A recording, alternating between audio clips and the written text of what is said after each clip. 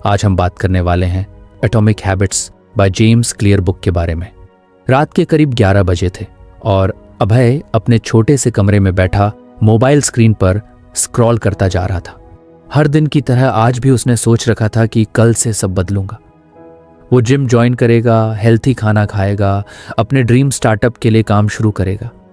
लेकिन हर दिन की तरह आज भी सिर्फ सोच में ही रह गया। अभय कोई असाधारण इंसान नहीं था, बस एक नॉर्मल मिडिल क्लास फैमिली से था जो अपनी लाइफ में कुछ बड़ा करना चाहता था। लेकिन हमेशा एक ही बात सोचकर परेशान रहता था कि यार इतनी बड़ी जिंदगी है, इतना कुछ बदलना है, कहाँ से शुरू करूं? और यही सोच सोचकर कुछ भी शुरू नहीं कर पाता था। फिर एक दिन उसके एक दोस्त निखिल ने उसे एक किताब दी, atomic habits by James Clear. शुरू में तो अभय को लगा कि ये भी कोई टिपिकल मोटिवेशनल बुक होगी जिसमें वही घिसे पिटे बातें होंगी, believe in yourself, never give up वगैरह। लेकिन जब उसने पढ़ना शुरू किया तो धीरे धीरे उसे समझ में आने लगा कि ये किताब कुछ अलग है। इसमें छोटे छोटे बदलावों की ताकत के बारे में बात की गई थी, जिनका असर धीरे धीरे बढ़ता है और एक दिन बड़ी सक्सेस में बदल जाता है। किताब का पहला कॉन्सेप्ट ही था एटॉमिक हैबिट्स, यानी छोटे छोटे हैबिट्स जो इतने छोटे हों कि उन्हें इग्नोर करना आसान हो, लेकिन उन्हें रोज करना शुरू कर दो तो उनका असर बहुत बड़ा होता है। अभय को ये बात बहुत जमी। उसने सोचा चलो एक्सपेरिमेंट करते हैं। इस बार परफेक्शन नहीं, बस कंसिस्टेंसी पर फोकस करेंगे। अगले दिन सुबह उठते ही उसने कोई बड़ा गोल नहीं बनाया, बस ये तय किया कि हर दिन सुबह उठकर 5 मिनट स्ट्रेचिंग करेगा। सिर्फ 5 मिनट, न जिम जाना, न कोई हार्डकोर रूटीन, बस 5 मिनट अपने शरीर को हिलाना डुलाना। पहले दिन बड़ा ऑकवर्ड लगा, पर उसने खुद से कहा सिर्फ 5 मिनट की बात है, फिर जो चाहे कर लेना। और यही सोचकर उसने 5 मिनट एक्सरसाइज की। धीरे धीरे ये 5 मिनट 10 मिनट में बदल गए। फिर उसने सोचा अब जब बॉडी थोड़ी एक्टिव हो गई है तो दिन की शुरुआत एक अच्छी किताब पढ़ने से क्यों ना की जाए। उसने हर सुबह 10 मिनट रीडिंग की हैबिट डाल ली। शुरू में उसे खुद पर हंसी आती थी कि इतने छोटे छोटे स्टेप ले रहा हूं, लेकिन फिर उसे जेम्स क्लियर की एक बात याद आई, आदतें स्वसुधार की संयुक्त ब्याज दर है। मतलब जैसे पैसे का इंटरेस्ट धीरे धीरे बढ़कर एक दिन बड़ी रकम बन जाता है, वैसे ही हैबिट्स भी कंपाउंड होती हैं। अभय ने खुद को समझाया कि ये 10-10 मिनट के बदलाव ही एक दिन उसे उस इंसान में बदलेंगे जो वो बनना चाहता है। 1 महीना बीत गया और वो बिना किसी स्किप के अपनी छोटी छोटी हैबिट्स करता रहा। अब उसका माइंडसेट धीरे धीरे बदलने लगा था। पहले जहां वो सोचता था कि बदलाव बड़ा होना चाहिए तभी कुछ फर्क पड़ेगा, अब वो जान चुका था कि असली ताकत कंसिस्टेंसी में है, न कि इंटेंसिटी में। फिर उसने एक और बदलाव किया। उसने रात को सोने से पहले मोबाइल चलाना बंद कर दिया। इसकी जगह उसने एक नोटबुक रखना शुरू किया जिसमें वो अगले दिन के 3 छोटे छोटे गोल्स लिखता था, जैसे 10 मिनट वॉक, 1 ग्लास पानी ज्यादा पीना, एक नया आइडिया सोचना अपने स्टार्टअप के लिए। धीरे धीरे उसका कॉन्फिडेंस लेवल बढ़ने लगा। पहले जो काम उसे असंभव लगते थे अब वो डूएबल लगने लगे। रीजन सिंपल था, वो उन्हें छोटे टुकड़ों में डिवाइड कर चुका था। एक बार उसके घर में शादी थी, सब लोग बिजी थे और रूटीन टोटली डिस्टर्ब हो गया। पहले के अभय को ये एक परफेक्ट एक्सक्यूज मिल जाता था, अब तो सब बिगड़ गया, फिर से शुरू करना मुश्किल है। लेकिन अब का अभय अलग था। उसने उस कैओस में भी अपने 2 मिनट की हैबिट नहीं छोड़ी। उसने खुद को याद दिलाया, miss once but never miss twice. ये बात उसके दिल में बस गई थी। 1 दिन का ब्रेक चलता है, लेकिन 2 दिन का ब्रेक बहुत जल्दी हैबिट को खत्म कर देता है। अभय की लाइफ अब बहुत ऑर्गेनाइज नहीं थी, पर बहुत इंटेंशनल थी। वो हर काम सोच समझ कर रहा था। उसने सोशल मीडिया का यूज कम कर दिया था और स्क्रीन टाइम ट्रैक करना शुरू कर दिया था। ये सब उसने एक साथ नहीं किया था। हर हफ्ते बस एक नया छोटा चेंज ऐड करता था और पुराने को मेंटेन करता था। कुछ महीनों बाद उसके दोस्त उसे देखकर हैरान रह गए। तू तो बदल ही गया भाई, एक दोस्त ने कहा। अभय हंसा और बोला, कुछ नहीं यार, बस रोज 1% बेहतर बनने की कोशिश कर रहा हूं। दोस्तों को उसकी बात सुनकर लगा कि वो मजाक कर रहा है, पर असल में वो यही कर रहा था, हर दिन 1% सुधार। उसने अपनी एक पुरानी आदत भी छोड़ी, नकारात्मक आत्मविचार। पहले वो खुद को ही अंडर एस्टिमेट करता था, मुझसे नहीं होगा, मैं लेजी हूं, मैं डिसिप्लिन्ड नहीं हूं। लेकिन अब उसने हर बार ऐसी सोच आते ही खुद से एक ही सवाल करना शुरू किया, क्या मैं आज 1% बेहतर बन सकता हूं? और जवाब अगर हाँ होता तो वो उस डायरेक्शन में एक छोटा कदम उठा लेता। स्टार्टअप का आइडिया भी अब धीरे धीरे शेप लेने लगा था। उसने मार्केट रिसर्च शुरू की, छोटे स्केल पर ट्रायल लॉन्च किया और पहले 3 महीने में ही उसे कुछ अच्छे क्लाइंट्स मिलने लगे। वो शॉक्ड था कि इतने सिंपल छोटे स्टेप्स से इतने बड़े रिजल्ट्स मिल सकते हैं। एक दिन उसने अपने कमरे की दीवार पर एक कोट लिखा, सफलता एक लक्ष्य नहीं है, ये एक प्रणाली है, and systems are built with habits. अब अभय को हर दिन बड़ा करने का प्रेशर नहीं होता था। अब उसे बस ये करना होता था कि अपने सिस्टम को फॉलो करे। ये सिस्टम उसे कहीं ना कहीं उस मंजिल तक ले ही जाएगा जहां वो जाना चाहता है। इस पूरे सफर में अभय ने जो सबसे बड़ा लेसन सीखा वो यही था, change doesn't require motivation, it requires clarity and consistency. उसे अब मोटिवेशन की जरूरत नहीं थी, उसे बस ये क्लैरिटी चाहिए थी कि वो क्या हैबिट बना रहा है, और कंसिस्टेंसी चाहिए थी उसे निभाने के लिए। अब अगर कोई उससे पूछता कि लाइफ चेंज कैसे हुई, तो वो कहता, एक दिन में कुछ नहीं बदला, पर हर दिन थोड़ा थोड़ा बदलता गया। ये है एटॉमिक हैबिट्स की पावर। छोटे छोटे बदलाव जो दिखने में छोटे लगते हैं, पर वक्त के साथ मिलकर एक बड़ा बदलाव बनाते हैं। जो लोग सोचते हैं कि उन्हें एकदम से सब कुछ बदलना है, वो अक्सर शुरू ही नहीं कर पाते। पर जो लोग बस 2 मिनट से शुरू करते हैं, वो एक दिन 2 घंटे तक भी पहुंच जाते हैं। अभय अब भी परफेक्ट नहीं है और शायद कभी होगा भी नहीं, लेकिन उसे अब परफेक्शन की जरूरत भी नहीं है। उसे चाहिए सिर्फ एक चीज, प्रोग्रेस। हर दिन, हर हफ्ते, हर महीने, बस थोड़ा थोड़ा लेकिन लगातार। और यही है असली बदलाव की कहानी, एटॉमिक हैबिट्स की कहानी, अभय की कहानी, जो शायद आपकी भी बन सकती है। सर्दियों की सुबह थी, धुंध इतनी घनी थी कि खिड़की से बाहर कुछ दिखाई नहीं दे रहा था। अभय अपनी गर्म चाय का कप हाथ में लिए बालकनी में बैठा था। हाथ में मोबाइल था, लेकिन आज वो स्क्रॉल नहीं कर रहा था, बस सोच रहा था कि वो अब कहां पहुंचा है और कहां जाना चाहता है।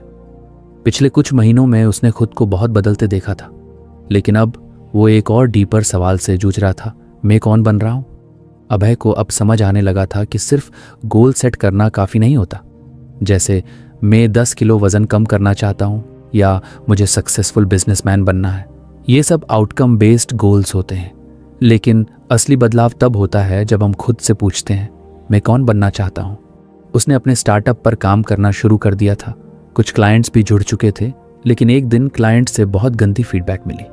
उसने साफ कहा, तुम्हारा काम इमेच्योर लग रहा है, प्रोफेशनल टच मिसिंग है।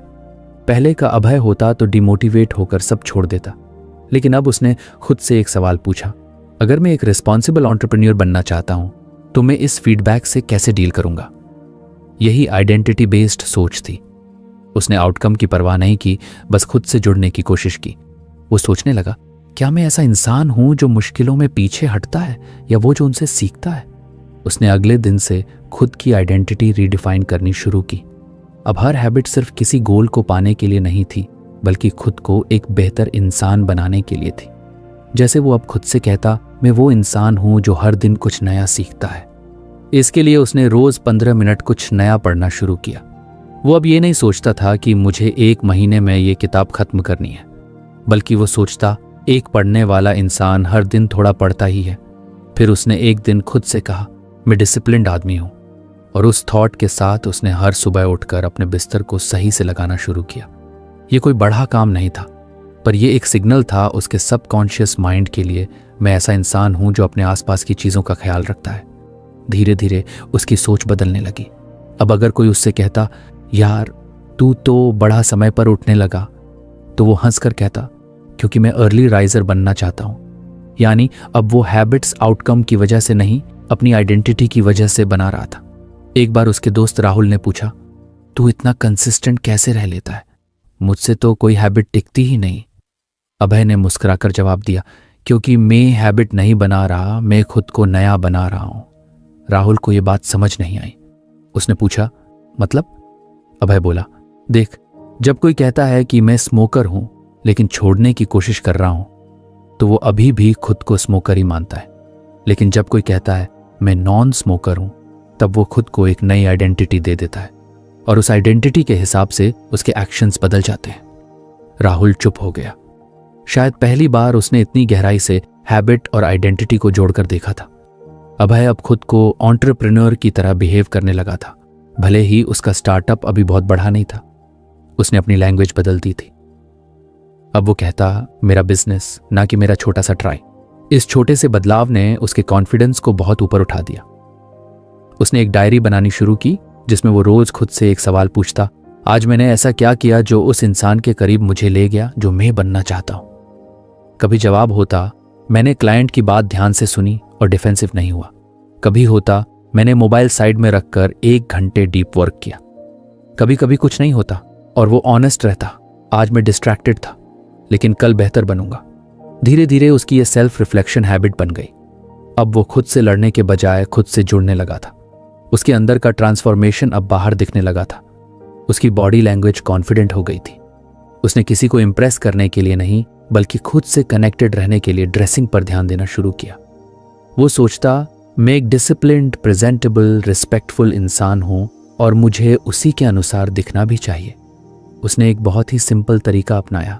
हर बार जब वो कोई काम करता वो खुद से पूछता, क्या ये उस इंसान का काम है जो मैं बनना चाहता हूं। जैसे रात को अगर उसे 12 बजे तक स्क्रोलिंग करनी होती तो वो खुद से पूछता, क्या एक काल्म और फोकस्ड इंसान ऐसा करेगा।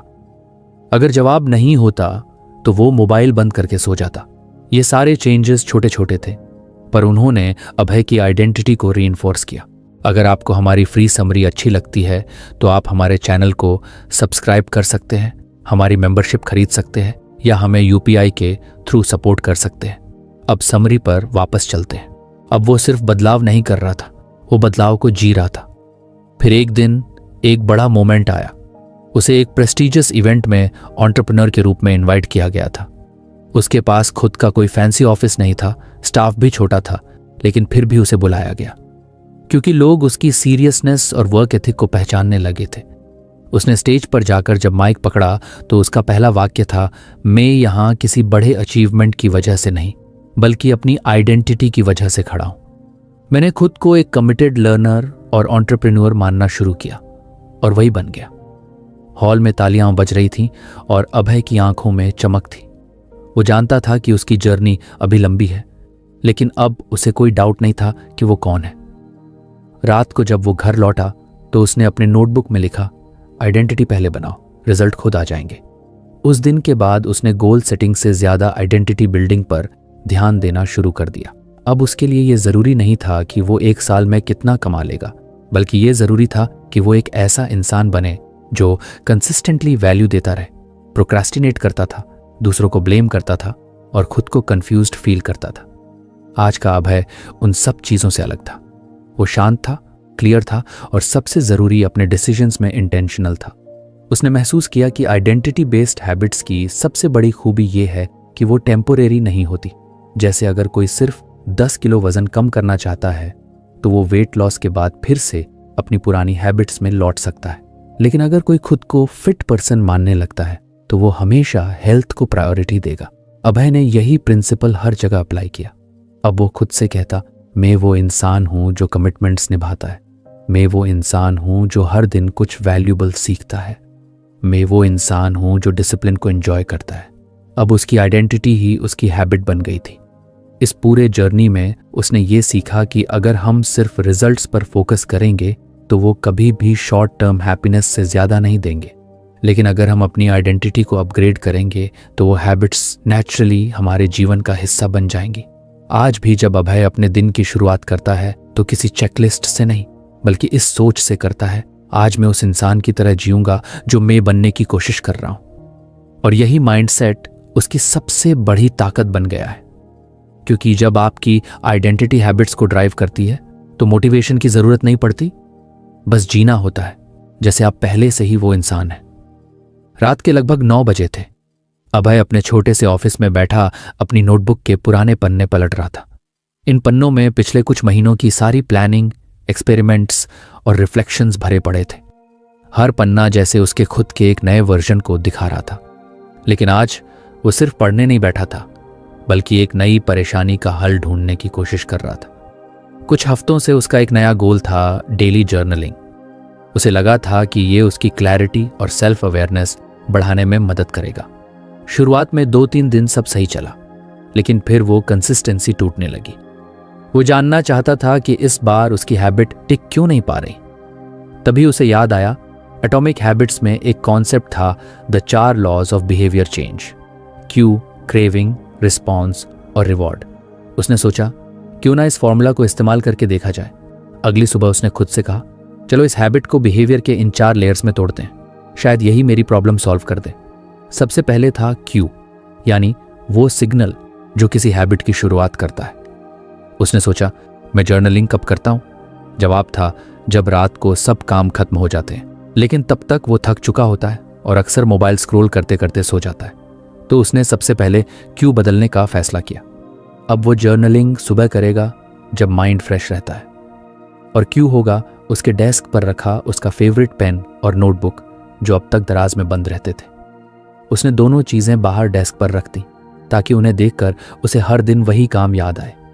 अब बारी थी क्रेविंग की, यानी वो डिज़ायर जो हमें एक्शन लेने पर मजबूर करता है। उसने खुद से पूछा, मुझे इस हैबिट में किस चीज़ की क्रेविंग हो सकती है? उसे लगा उसे अपनी सोच को वर्ड्स में बदलने की क्रेविंग है, खुद को समझने की क्रेविंग है, लेकिन वो काफ़ी एब्स्ट्रैक्ट था। उसे कुछ और इमीडिएट और अट्रैक्टिव चाहिए था। इसलिए उसने जर्नलिंग को थोड़ा क्रिएटिव बना दिया। अब वो सिर्फ प्लेन थॉट्स नहीं लिखेगा, बल्कि हर एंट्री के साथ एक सिंपल डूडल भी बनाएगा, चाहे वो अच्छा बने या खराब। उसने सोचा, ये फन एलिमेंट मुझे इसे करने के लिए पुल करेगा, और वाकई ये ट्रिक काम कर गई। अब बारी थी रिस्पॉन्स की, यानी एक्चुअल एक्शन जो हैबिट बनाता है। पहले जब वो जर्नलिंग करने बैठता था तो नोटबुक ढूंढना, पेन लाना, माइंड क्लियर करना, ये सब उसे बोझ जैसा लगता था। अब उसने सब सिंप्लीफाई कर दिया था।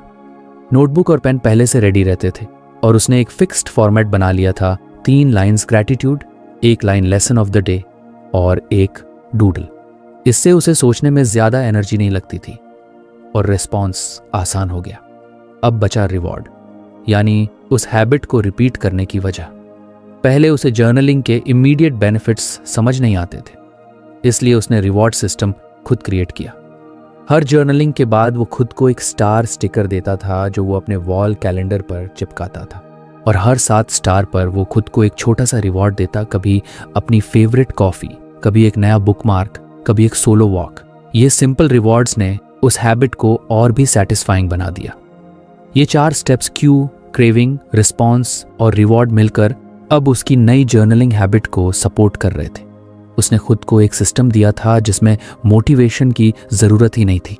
एक दिन उसके दोस्त राहुल फिर मिलने आए। उन्होंने कैलेंडर पर लगे स्टार स्टिकर्स देखे और पूछा, भाई ये किंडरगार्टन वाली स्टिकर्स क्यों लगा रखी हैं? अभय हंसा और बोला, यही तो मेरी आइडेंटिटी का प्रूफ है कि मैं अपने स्मॉल विंस को सेलिब्रेट करना जानता हूँ। राहुल को क्यूरियोसिटी हुई और उसने भी अभय से हैबिट फॉर्मेशन के बारे में जानना शुरू किया। अभय ने उसे समझाया, देख, कोई भी नई हैबिट बनाने के लिए ये 4 चीज़ें ज़रूरी हैं। सबसे पहले क्यू क्लियर और विजिबल होना चाहिए ताकि माइंड को सिग्नल मिले। फिर क्रेविंग होनी चाहिए, मतलब वो हैबिट खुद में इतना इंटरेस्टिंग या मीनिंगफुल हो कि करने का मन हो। फिर रिस्पॉन्स को आसान बनाना चाहिए, इतना सिंपल कि एक्सक्यूजेस ना मिले। और आखिर में रिवॉर्ड कुछ ऐसा जिससे ब्रेन को सिग्नल मिले कि ये एक्शन रिपीट करना चाहिए। राहुल ने सोचा, मैं भी सुबह उठकर बुक पढ़ने की हैबिट बनाना चाहता हूँ। अभय ने पूछा, तो तेरे पास क्यों क्या होगा? राहुल बोला, मैं बुक तकिया के पास रख दूं ताकि उठते ही दिखे। परफेक्ट, अभय बोला। क्रेविंग क्या होगी? राहुल थोड़ी देर सोचकर बोला, यार मुझे लगता है मुझे थोड़ा इंस्पिरेशन चाहिए सुबह सुबह। मैं भी बुक पढ़कर मुझे एनर्जी मिलेगी। ग्रेट। रिस्पॉन्स को आसान कैसे बनाएगा? बुक छोटी चैप्टर्स वाली लूंगा जिससे सिर्फ 5 से 10 मिनट में एक चैप्टर कंप्लीट हो जाए। और रिवॉर्ड, हर बार पढ़ने के बाद मैं अपनी फेवरेट प्लेलिस्ट का एक गाना सुनूंगा। अभय मुस्कुराया और बोला, अब तू भी बिहेवियर को डिजाइन कर रहा है, फोर्स नहीं कर रहा। राहुल ने अगले ही दिन से इस हैबिट को अप्लाई करना शुरू किया। कुछ दिन बाद वो खुद आकर बोला, भाई ये 4 लॉज मैजिक हैं यार।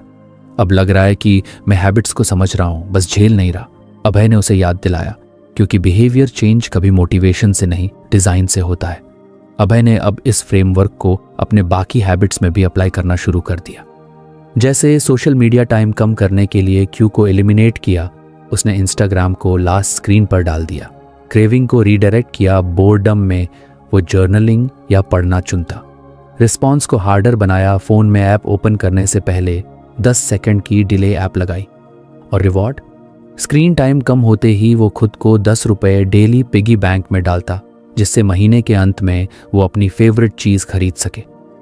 अब उसे लगने लगा था कि हैबिट बनाना कोई टैलेंट नहीं, बल्कि एक क्राफ्ट है जो कोई भी सीख सकता है अगर वो सही सिस्टम फॉलो करे। धीरे धीरे उसने ये भी समझा कि ये 4 लॉज सिर्फ अच्छी हैबिट्स के लिए ही नहीं, बुरी हैबिट्स को ब्रेक करने के लिए भी काम आते हैं।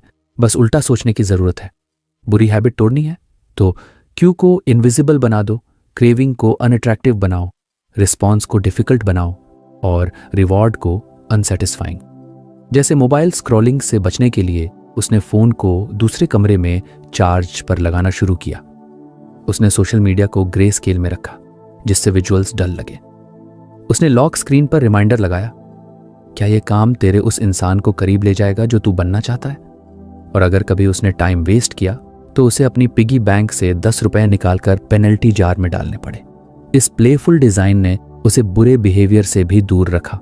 अब अभय के लिए हैबिट फॉर्मेशन एक बोरिंग डिसिप्लिन नहीं था, बल्कि एक एक्साइटिंग एक्सपेरिमेंट था, जैसे कोई साइंटिस्ट अपने ऊपर रिसर्च कर रहा हो। उसने अपनी जर्नी की एक नई नोटबुक शुरू की, नाम रखा बिहेवियर लैब। इसमें वो अपनी हर नई हैबिट को इन 4 लेयर्स में डिवाइड करके टेस्ट करता। कभी सफल होता, कभी नहीं, पर अब वो हार नहीं मानता, क्योंकि उसे प्रोसेस पर ट्रस्ट हो गया था। वो समझ चुका था हैबिट्स सिर्फ काम करने की टेक्निक नहीं, बल्कि खुद को डिजाइन करने की आर्ट है। और इस आर्ट के 4 रंग होते हैं: क्यू, क्रेविंग, रिस्पॉन्स और रिवॉर्ड। आज भी जब वो किसी नए गोल पर काम शुरू करता है तो वो एक ही सेंटेंस लिखता है, design the habit not just the outcome. और यहीं से उसकी नई कहानी शुरू होती है, हर दिन हर हैबिट के साथ। उस दिन रविवार था, बाहर हल्की बारिश हो रही थी और अभय खिड़की के पास बैठा चाय की चुस्कियों के साथ अपनी नई हैबिट नोटबुक पलट रहा था। काफी दिनों से वो सेल्फ ग्रोथ की जर्नी पर था और अब उसे खुद पर एक अजीब सा कॉन्फिडेंस महसूस होने लगा था। उसने छोटे छोटे बदलावों से बहुत कुछ सीखा था, कंसिस्टेंसी, आइडेंटिटी बेस्ड हैबिट्स और बिहेवियर चेंज के 4 लॉज। लेकिन अब वो एक नई चैलेंज को लेकर थोड़ा परेशान था। असल में पिछले कुछ दिनों से उसने मेडिटेशन की हैबिट शुरू करने की कोशिश की थी। सब कुछ पढ़ लिया था, बेनिफिट्स, टेक्निक्स, एप्स तक डाउनलोड कर ली थी, लेकिन फिर भी वो एक दिन करता और दूसरे दिन भूल जाता। कई बार तो उसे दिन के अंत में याद आता कि अरे, आज तो मेडिटेशन करना था। उसने सोचा, मैं इतनी सारी हैबिट्स में कंसिस्टेंट हो सकता हूं, तो मेडिटेशन क्यों नहीं हो पा रहा। उसी दिन शाम को वो एटॉमिक हैबिट्स की उसी सेक्शन पर वापस गया जहां जेम्स क्लियर ने लिखा था, मेक इट ऑब्वियस। उसने किताब के उस हिस्से को फिर से पढ़ा और एक चीज उसके दिमाग में सीधे क्लिक कर गई, इंप्लीमेंटेशन इंटेंशंस और हैबिट स्टैकिंग। यानी हैबिट को वेग नहीं रखना, बल्कि क्रिस्टल क्लियर प्लान बनाना, मैं कब, कहां और कैसे ये हैबिट करूंगा। अभय को समझ आ गया कि उसकी मेडिटेशन हैबिट की सबसे बड़ी प्रॉब्लम यही थी, वेगनेस। उसने बस मन में सोचा था कि रोज मेडिटेशन करूंगा, लेकिन ना कोई फिक्स्ड टाइम था, ना कोई फिक्स्ड जगह। और जब तक कोई हैबिट अनक्लियर रहती है, तब तक माइंड उसे इग्नोर करता रहता है। अगले दिन से उसने इम्प्लीमेंटेशन इंटेंशन तैयार किया, मैं हर दिन सुबह 7 बजे जब मैं अपनी चाय पी लूंगा, उसके तुरंत बाद 5 मिनट मेडिटेशन करूंगा अपने रीडिंग कॉर्नर में। अब हैबिट वॉक नहीं थी, बल्कि स्पेसिफिक थी। क्यों भी सेट था, चाय खत्म होना, टाइम भी फिक्स था और जगह भी तय हो चुकी थी। अगले दिन उसने जैसे ही चाय खत्म की, सीधे रीडिंग कॉर्नर में गया, ऐप खोला और 5 मिनट का मेडिटेशन किया। और सबसे मजेदार बात, उसको याद रखने की जरूरत ही नहीं पड़ी, क्यू ने खुद ही काम कर दिया। इस टेक्निक ने उसके लिए गेम बदल दिया। उसने अब हैबिट स्टैकिंग को भी एक्सप्लोर करना शुरू किया। वो सोचने लगा कि एग्जिस्टिंग हैबिट्स के साथ कौन सी नई हैबिट्स को जोड़ सकता हूं ताकि वो नेचुरली माइंड में बैठ जाएं। उसने कुछ सिंपल स्टैक बनाए। जब मैं रात को अपना टूथब्रश रखूंगा, तभी मैं एक लाइन ग्रैटिट्यूड जर्नल में लिखूंगा। जब मैं लैपटॉप बंद करूंगा शाम को, तभी मैं 10 मिनट वॉक पर जाऊंगा। जब मैं बाहर से आकर शूज उतारूंगा, तभी मैं एक ग्लास पानी पीऊंगा। इस तरह हर नई हैबिट पुराने रूटीन से जुड़ती चली गई और उसे याद रखने का बोझ कम होता गया, क्योंकि माइंड को कुछ नया याद नहीं रखना पड़ा, बस पुराने हैबिट से एक नया एक्शन जोड़ना था। एक दिन उसका दोस्त राहुल फिर मिलने आया और बोला, भाई अब तो तू एकदम रोबोट बन गया है, हर चीज टाइम पर करता है। अभय हंस पड़ा, रोबोट नहीं भाई, बस सिस्टम वाला इंसान बन गया हूं। राहुल बोला, मुझे भी टाइम पर पढ़ाई करनी है, लेकिन ध्यान ही नहीं रहता। अभय ने पूछा, तेरे रोज के कौन से हैबिट्स हैं जो तू कभी नहीं भूलता? राहुल बोला, ब्रश करना, चाय पीना, फोन चेक करना। अभय ने कहा, बस वहीं पर स्टैक कर दे पढ़ाई की हैबिट, जैसे चाय पीते ही 10 मिनट पढ़ लेना या फोन चेक करने से पहले 1 पेज पढ़ ले। राहुल को आइडिया अच्छा लगा और उसने अगले दिन से ट्राई करना शुरू कर दिया। अभय अब हर हैबिट को ऑब्वियस बनाने पर ध्यान दे रहा था। उसने एक व्हाइट बोर्ड खरीदी और उसमें अपनी हैबिट स्टैक्स लिखकर टांग दी ताकि वो हर सुबह उठते ही देख सके। अब जब वो हैबिट डिजाइन करता तो सबसे पहला सवाल खुद से यही करता, इस हैबिट का क्यू क्या होगा? अगर क्यू मजबूत है तो हैबिट का याद रहना और ट्रिगर होना ऑटोमेटिक हो जाता है।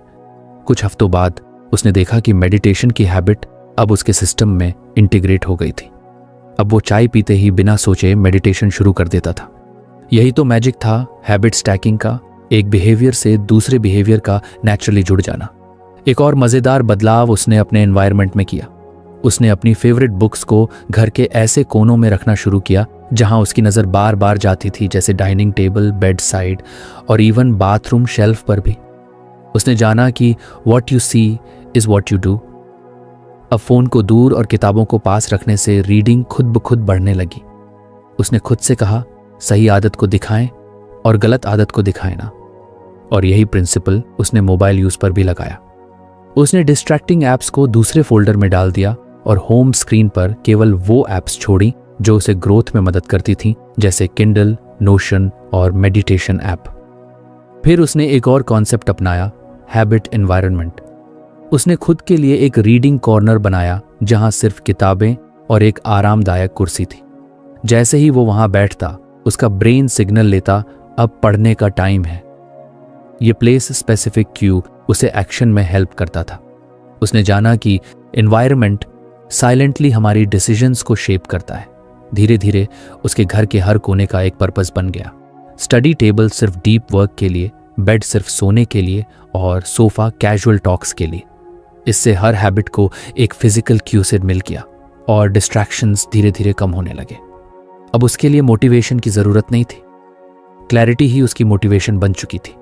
उसे हर काम के लिए सोचना नहीं पड़ता था, बस उसके क्यूज अपने आप उसे सही डायरेक्शन में पुश कर देते थे। फिर एक दिन उसने खुद को मिरर में देखा और मुस्कुराया। वो अब एक ऐसा इंसान बन गया था जो एनवायरनमेंट को डिजाइन करता था ताकि हैबिट्स नेचुरली फॉलो हों।